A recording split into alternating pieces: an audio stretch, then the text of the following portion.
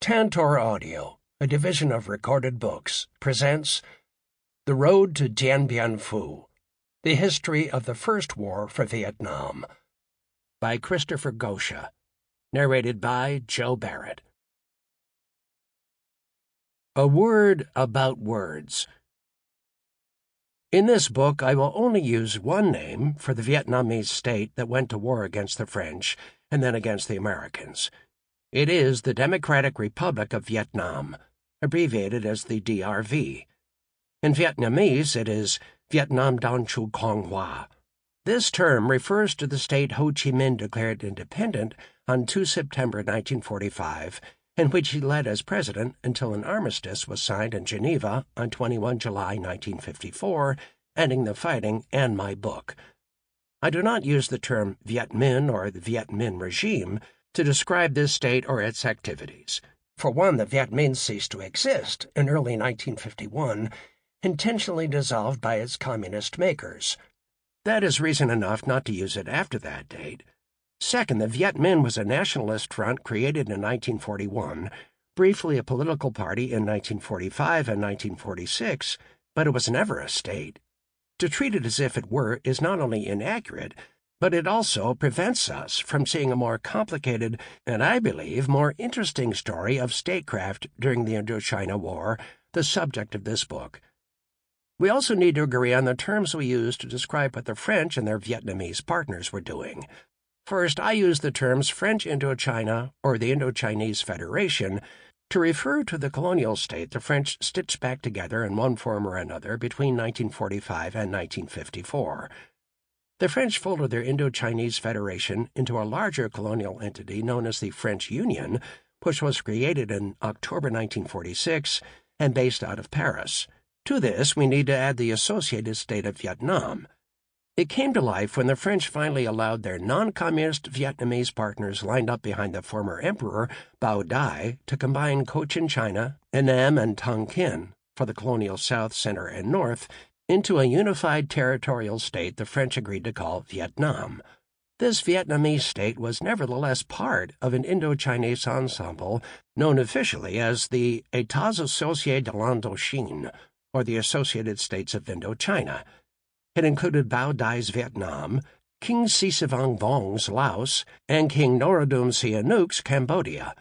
All three states were, by association, part of an Indo-Chinese federal state run by the French. It was not the state of Vietnam, it was the Associated State of Vietnam. Collectively, the Associated States of Indochina were in turn part of this larger imperial body administered from Paris, the French Union.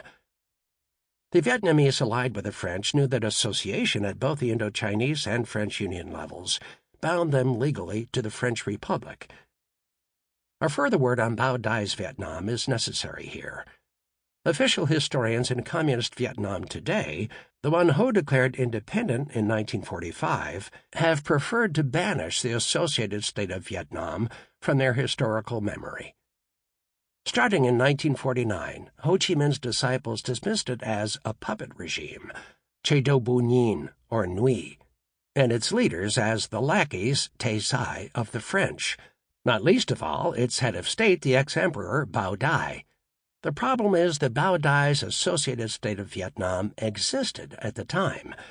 It is not because it was not fully sovereign that it does not matter. Bao Dai's Vietnam and the French Indochinese Federation standing behind it were actors with whom Ho Chi Minh had to contend in order to build the Democratic Republic of Vietnam. The same is true of the two sister states Ho Chi Minh brought to life in Laos and Cambodia during the second half of the Indochina conflict, discussed later in this book. Although they were not sovereign states free of Vietnamese control, that does not mean that they do not matter. They run Laos and Cambodia to this day. Words count, and by using them precisely and carefully, they can help us to shed new light on the complexity of the Democratic Republic of Vietnam, as well as the other states involved in the Indochina War. Having said all of this, there will admittedly be times when I use the words Vietnam and the Vietnamese to refer in general terms to Ho Chi Minh's Vietnam or to the one Bao Dai led in association with the French. Listeners should not interpret this as political bias, but rather as a desire to keep the narrative moving. I do not want to burden my listeners with all sorts of qualifications. For similar reasons, I will also speak from time to time of Vietnamese communists and French colonialists. I justify this usage on the following grounds. At the core of the Democratic Republic of Vietnam was the Communist Party and its founder, Ho Chi Minh. No matter how anti-colonialist Ho and his entourage most certainly were, they were also dedicated communists. Similarly, those in charge of the French Republic during the Indochina War, with the possible exception of the Communists from 1948, wanted to keep Vietnam French in the French Union, and this straight through until the Geneva Conference. Again, no matter how anti-communist many French leaders were, they were the colonizers during the Indochina War. It was no accident that the French went to war in Algeria a few months after Dien Bien Phu fell in May 1954. It was not to stop communists. Introduction. States of War. On 11 September 1946, as negotiations between the French and the Vietnamese broke down in Paris over the question of Vietnam's independence, the president of the one-year-old Democratic Republic of Vietnam, Ho Chi Minh, met with a recently demobilized American Army reporter named David Schoenbrunn. When Ho informed his sympathetic listener that the Vietnamese had no choice but to fight to ensure their national independence from the French, Schoenbrunn was incredulous. How, he asked, could the Vietnamese expect to win against a professional Western army equipped with modern arms? Ho responded that he too had a powerful weapon at his disposal: Vietnamese nationalism. Still skeptical, Schoenbrunn gently reminded the Vietnamese president that he himself had recently conceded that Vietnam's forces were ill-prepared to go to war against the French. Ho agreed, but the war in Indochina would be different. It would be, he predicted, a war between an elephant and a tiger. If the tiger ever stands still, the elephant will crush him with his mighty tusks. But the tiger does not stand still. He lurks in the jungle by day and emerges by night.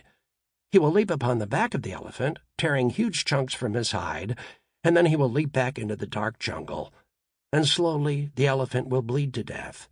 That will be the War of Indochina. 8 years later, Ho's prophecy seemed to come true when the Vietnamese handed the French a humiliating defeat on a remote valley floor in northwestern Vietnam called Dien Bien Phu. On 7 May 1954, after 2 months of intense fighting, the tiger bested the elephant in a clash that led the French to abandon Vietnam. Ho, it seemed, had been right after all. Small independence movements running on high levels of nationalism could triumph over Western military giants in the 20th century. Vietnam. The power of the nation in arms. Two of the best-known French veterans of the Battle of Dien Bien Phu agreed, or at least would come to do so. In his account of this epic showdown, published in 1963, as the French relinquished their hold over Algeria after another long colonial conflict, the legendary commander Pierre Longley insisted that Ho's army won because it had fought for an ideal, its own national liberation. The Indochina War, he wrote, was a war of independence against the French. And if the instrument of combat was forged by Marxist methods, it is no less true that the Viet Minh soldier who mounted the assault against our positions at Dien Bien Phu, and with what courage, did so in a struggle to run us out of his country, not ours. Longley's brother-in-arms in this epic battle, Marcel Bijard, also marveled at what the Vietnamese army, led by Vo Nguyen Giap, had achieved in a decade of war. Although these men of extraordinary morale had started out with nothing but a hodgepodge of weapons in 1945, they had an ideal, a goal, to drive out the French. In 9 years, Giap had indisputably defeated our expeditionary corps. For these highly decorated warriors of France's lost colonial wars, writing as the historical reality of decolonization finally sank in, it no longer mattered that Ho's state was of communist design. The power of nationalism explained everything. News of what this Vietnamese David had done in the remote highlands of Southeast Asia quickly reverberated across the French Empire as it began to crack. In North Africa, Farhat Abbas, the first president of the newly independent Algerian Republic, cast the Vietnamese victory at Dien Bien Phu in epic-changing terms, as significant as those created by the French Revolutionary Army's victory over the Prussians during the historic Battle of Valmy in 1792. Dien Bien Phu was more than just a military victory. This battle is a symbol. It's the Valmy of the colonized peoples. It's the affirmation of the Asian and African vis-à-vis the European. It is the confirmation of the universality of human rights.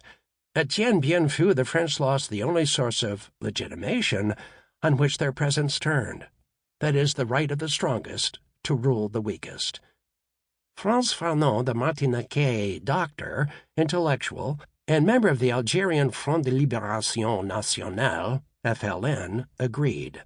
Working inside the Algerian nationalist movement like Abbas, he had followed the war in Indochina closely, but it was the Vietnamese military victory at Dien Bien Phu that caught his eye. How, he wondered, could the FLN duplicate this remarkable feat on the Algerian battlefield? As he put it in his famous denunciation of colonialism, The Wretched of the Earth, published in 1961, the great victory of the Vietnamese people at Dien Bien Phu is no longer, strictly speaking, a Vietnamese victory.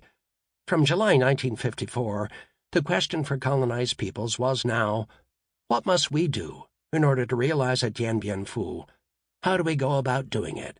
Fanon never had the time to craft a response. He passed away shortly before the FLN attained Algeria's independence through a negotiated settlement in 1962.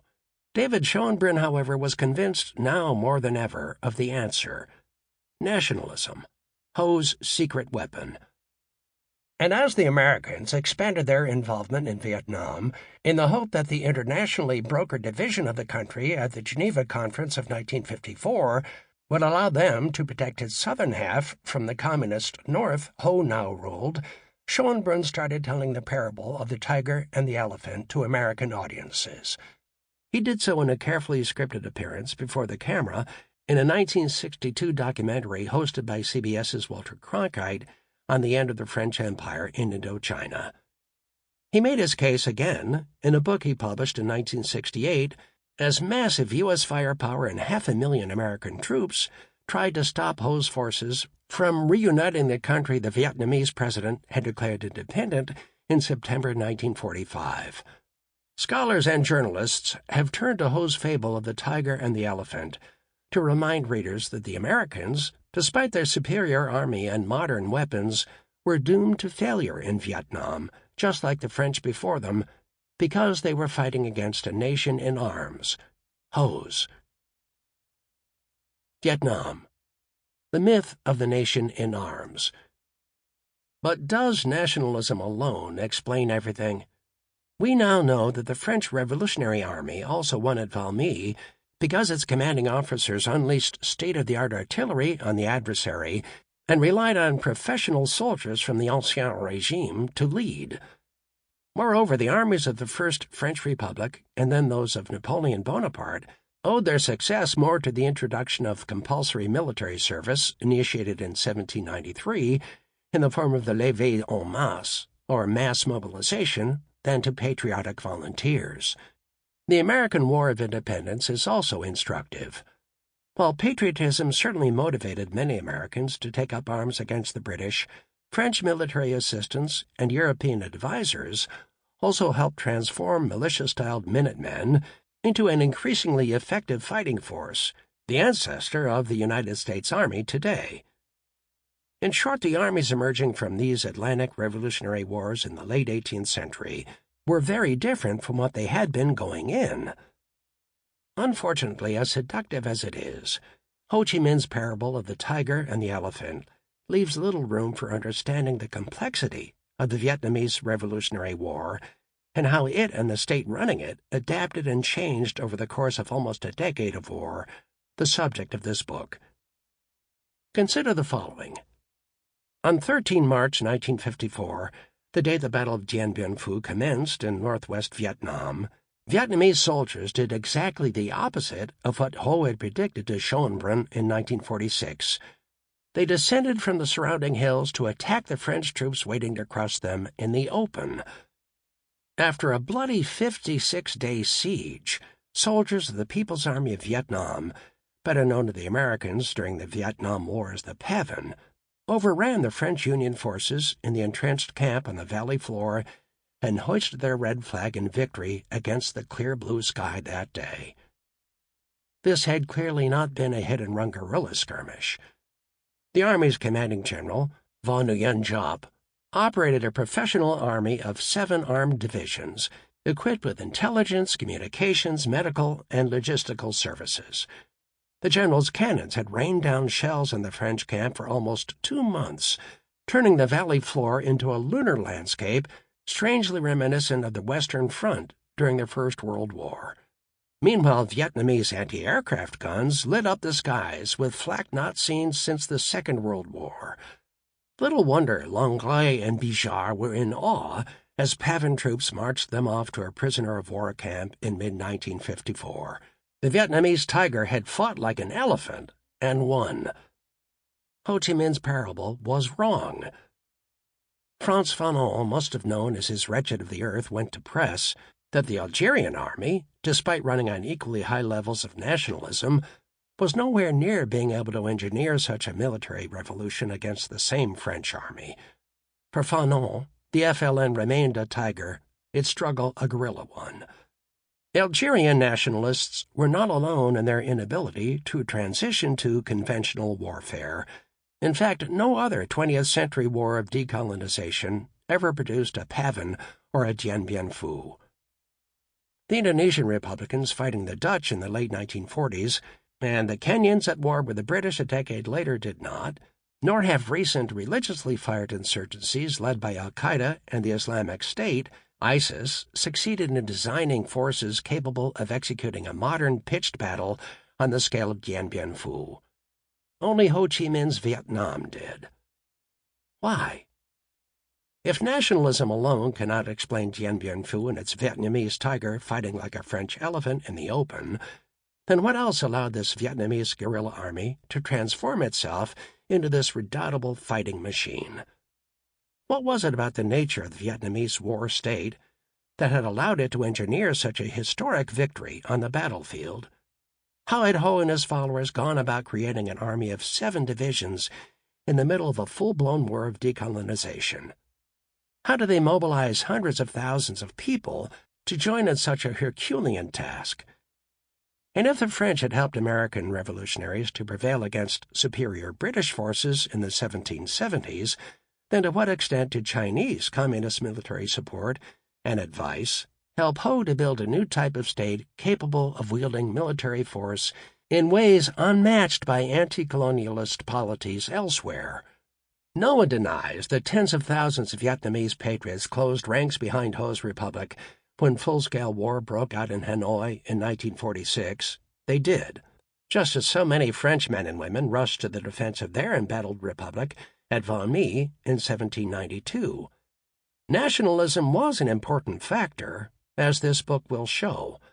The problem is that the notion of the nation in arms or people's war poses problems when it is advanced as the sole explanation for Valmy or Dien Bien Phu. Serious students of the French Revolution know this. They recognize, for example, that the famous Levée en masse of 1793 may have been couched in terms glorifying the nation, but in reality it imposed military conscription on young men and required civilians of both sexes to participate in the war effort whether they wanted to or not. These scholars know, too, that there was a resistance to the Levée en masse, and not just from counter-revolutionary pro-monarchist elites opposed to Republican government, but also from exhausted peasants who wanted nothing to do with war or revolution. Desertion occurred during the French Revolutionary War and the American one. It occurred during the Vietnamese ones, too. Specialists of the Vietnamese Revolutionary Wars have overlooked the fact that Ho's government also introduced obligatory military service, Nha Vu Quan Su, and decreed mass mobilization of the population, Tong Dong Vien, in 1949-50, in order to generate the military and civilian manpower needed to win at Dien Bien Phu. By imposing the draft and mobilization laws in the middle of the Indochina War, Vietnamese revolutionaries acknowledged what their French predecessors had discovered in the early 1790s, namely that nationalism alone could never move enough people to ensure victory on the battlefields against powerful foreign enemies. Whether wrapped in a French, American, or Vietnamese flag, the Nation in Arms or People's War is a state-sponsored myth designed in part to legitimate the coercive side of mass mobilization. The two states of the Vietnamese Revolutionary War. In this book, I would like to move beyond the myth of the Vietnamese nation in arms without necessarily denying the importance of nationalism. It was one factor, an important one, but it did not alone determine the outcome of the war in 1954.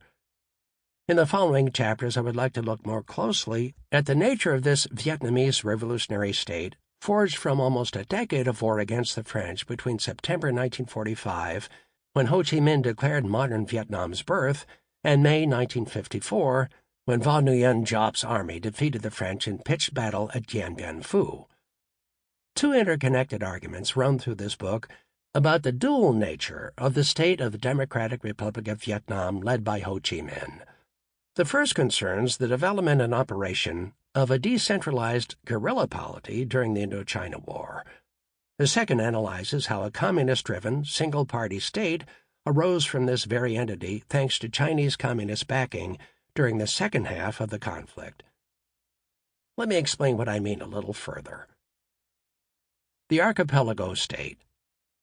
The first argument seeks to explain how Ho and his followers built an operational yet territorially incomplete guerrilla state in the countryside that was strong enough to weather French attacks in order to still be there in 1950 to receive communist blockade and turn itself into something else. Here I explore the contingent, fragmented, and decentralized nature of the Democratic Republic of Vietnam during the Indochina War. Despite the support the two main belligerents would eventually receive from their respective American and Chinese allies, neither the French nor the Vietnamese were ever able to impose undisputed control over people, territory, and resources. The French may have controlled Hanoi, Hue, and Saigon, parts of the Mekong and Red River deltas, as well as a handful of provincial towns and roads connecting them, but they never had enough troops, administrators, or money to be everywhere all the time. As a result, they ended up ceding large swaths of territory to their adversaries in central Vietnam, parts of the northern highlands, and to a lesser extent in secluded areas of the Mekong Delta in the south. In 1949, to complicate matters further, a third political entity entered the picture when the French presided over the creation of the Associated State of Vietnam under the leadership of the ex-emperor Bao Dai. Association was the legally binding term that kept this new Vietnamese state, along with its Laotian and Cambodian counterparts, within the confines of an Indo-Chinese colonial federation, itself part of a larger French Union directed from Paris. Inside Indochina, the Second Vietnam possessed its own administration, army, and security forces.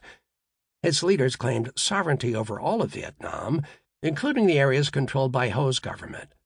The French and their Vietnamese partners joined hands to administer people, territory, and resources, as well as to fight a common adversary.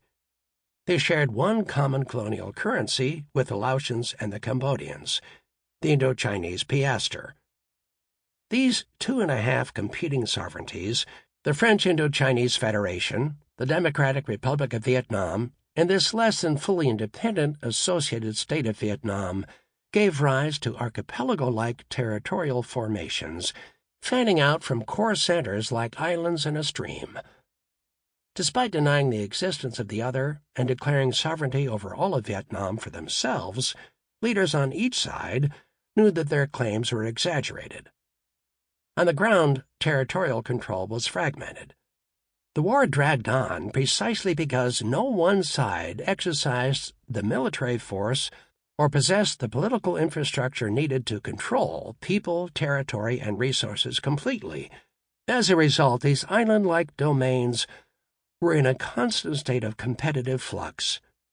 Each bumped up against the other, expanding and contracting like sponges, being squeezed in and out as their soldiers, security officials, and civil servants moved into an area while their adversaries pulled back, and vice versa. For the French and their Vietnamese allies, political control was anchored in the urban centers and stretched out from there. Ho Chi Minh presided over a rural constellation in which smaller territories revolved around larger clusters in northern, central, and to a lesser extent southern Vietnam. In this contingent, fragmented, and makeshift world where political power was diffuse and military control incomplete, territorial sovereignties could overlap. People and resources could be shared. One state's administrators could exercise sovereignty during the day and then turn it over to the other side's people during the night. Sovereignties touched up against each other or even intertwined along roads, jungle trails, coastlines, rivers, and canals.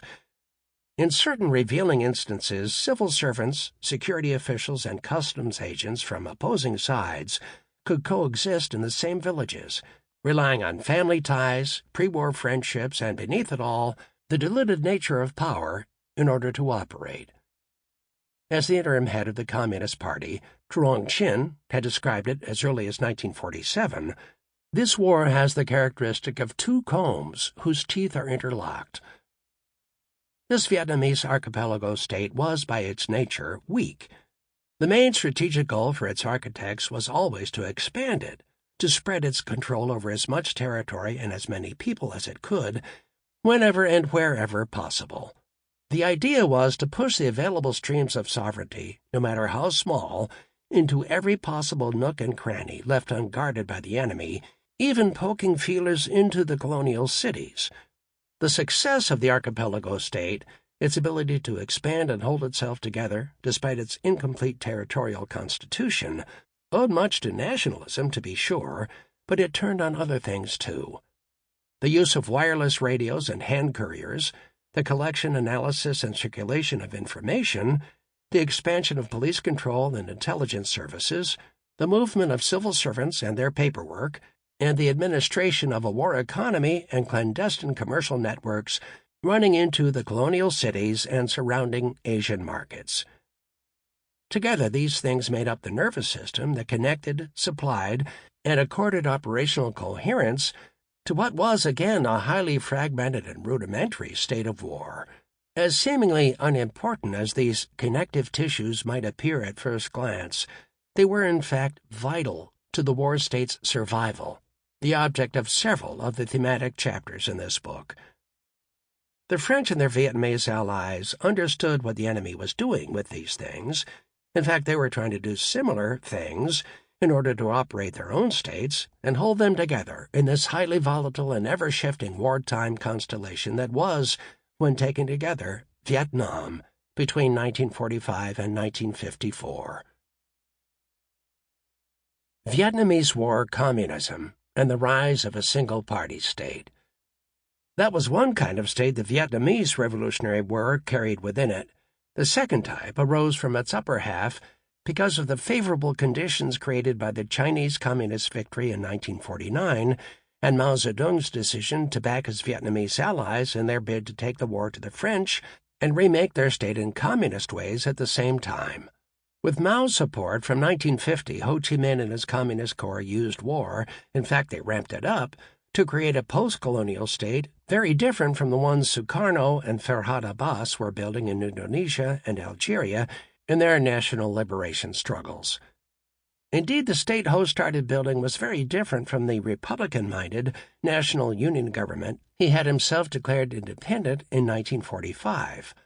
Ho and his lieutenants now saw in communist bloc support and in the simultaneous intensification of the war the chance to transform their guerrilla archipelago of a coalition kind into a single-party state under the Communist Party's sole control. Backed by the Chinese, Ho began transforming the Democratic Republic of Vietnam in communist ways. In 1951, for example, he presided over the creation of the Vietnamese Workers' Party, replacing the one he had first established in Hong Kong 2 decades earlier. The Vietnamese Communists aligned this new party ideologically with its bigger brothers in Moscow and Beijing. They streamlined and purged it of unwanted elements in order to expand the party center's control over the state. Sample complete. Ready to continue?